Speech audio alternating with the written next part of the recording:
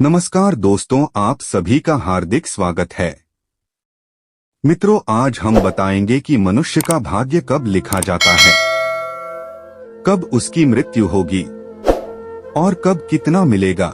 आचार्य चाणक्य ने नीति शास्त्र में कई ऐसी चीजें बताई हैं जिनका पालन करके व्यक्ति सफल इंसान बनने के साथ समाज में मान सम्मान पा सकता है।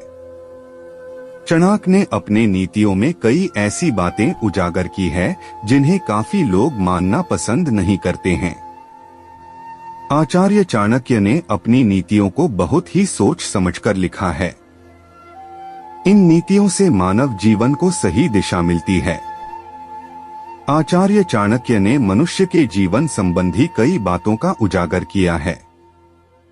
इसी तरह उन्होंने एक नीति में बताया है कि मनुष्य के जन्म लेने से पहले ही कुछ चीजें उसके भाग्य में लिख दी जाती है। ऐसे में इन 5 चीजों से वह चाह कर भी छुटकारा नहीं पा सकता है। तो क्या है बे, आइए जानते हैं। मनुष्य का भाग्य कब लिखा जाता है। उम्र आचार्य चाणक्य ने अपने इस श्लोक के द्वारा बताने की कोशिश की है कि जब कोई मनुष्य मां के गर्भ में होता है तभी उसके भाग्य का निर्धारण हो जाता है। जन्म से पहले ही उसकी उम्र के बारे में लिख दिया जाता है। इसलिए कहा जाता है कि हर किसी की मृत्यु का समय पहले से ही तय होता है। विद्या, नीति शास्त्र के मुताबिक व्यक्ति कितनी विद्या यानी पढ़ाई करेगा, इसके बारे में भी भाग्य में भी लिख दिया जाता है। इसलिए कई बार हम चाह कर भी कुछ चीजों को हासिल नहीं कर पाते हैं।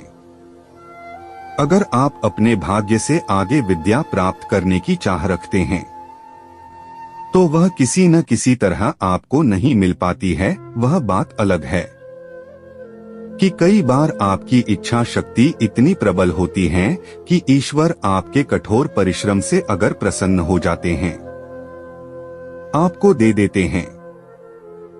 इतना ही नहीं, आप कितने साल तक जिएंगे और कब मृत्यु होगी, इस बारे में पहले ही भाग्य में लिख दिया जाता है।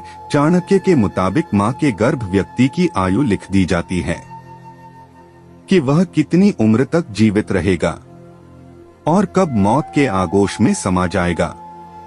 चाणक्य के मुताबिक आपका जीवन आपके पिछले जन्म के कर्मों पर निर्भर करता है।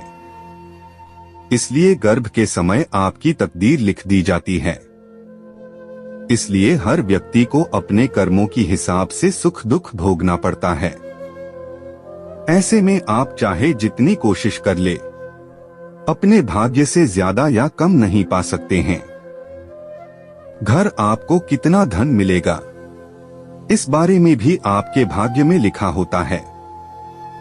इसलिए इंसान को अपने जीवन को बहुत ही सदाचार होकर जीना चाहिए, जिससे अगले जन्म में आप सुख समृद्धि के समय को व्यतीत कर पाए। तो दोस्तों, उम्मीद करता हूँ कि ये जानकारी आपको अच्छा लगा होगा।